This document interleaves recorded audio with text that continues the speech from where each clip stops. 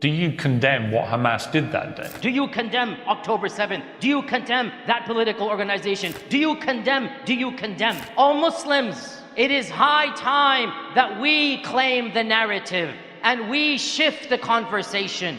Don't be intimidated by such tactics. Be brave, learn your facts, and push back. You want me to condemn? Yes, wallahi, I will condemn. I will begin by condemning the debacle of the Balfour Declaration where all of this began. The Balfour Declaration and the Sykes-Picot Agreement. Let's begin by condemning World War I. Let's begin by condemning Great Britain handing over a piece of land that it had nothing to do with to a people that have nothing to do with it. You want me to condemn? Let us begin by condemning the first and the second Nakba, in which 1.5 million people were displaced. You want me to condemn genocides and massacres? Let us begin by condemning the massacres that Israel perpetrated against Palestine, beginning with Deir Yassin in 1947, where hundreds of bodies were filled up in the well of Deir Yassin. You want me to condemn hostages? Let's begin by condemning 15,000 Palestinians held without trial, without any fair representation in Israeli prisons. Let's begin by condemning them. You want me to condemn killing of people? Let us begin by the carpet bombings that Israel constantly does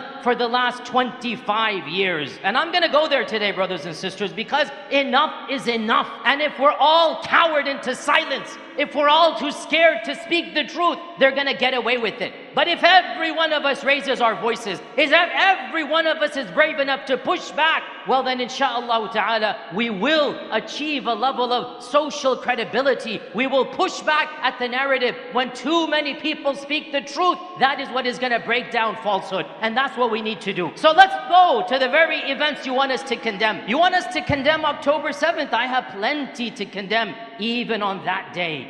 How about we begin by condemning the lies that you perpetrated about what happened on that day? Lies that went all the way from CNN, from BBC, from New York Times, from every single newspaper. Even our president lied straight to us, and he looked at the camera and he said, I saw pictures of 40 decapitated babies. I never really thought that I would see and have confirmed pictures of terrorists beheading children. Pure lies, Israeli propaganda. I will condemn, and this is my condemnation. How dare you lie to us, and you lie to the world. And because of that lie, people were enraged and thousands lost their lives. We all know it was a lie. Even the New York Times had to withdraw and retract the story. You want me to condemn? How about the condemnation of your lies of the mass rapes that you said occurred? Not a single rape has been attested to that day.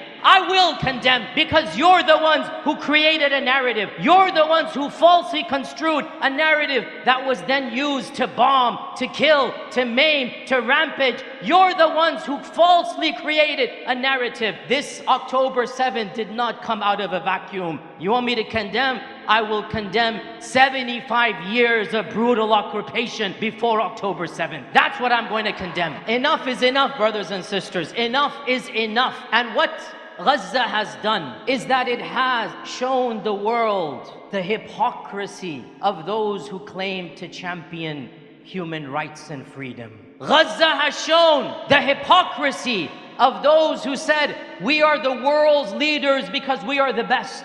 We are the world's leaders because we are for democracy. We are for human rights. We are for liberties. And what a small group of people in Gaza have done is to show the world those were blatant lies. Absolute lies. The mask of deceit has fallen and the truth has been laid bare. And the myth of the moral superiority of Western civilization has been shattered single-handedly by our brothers and sisters in Gaza. The world is changing.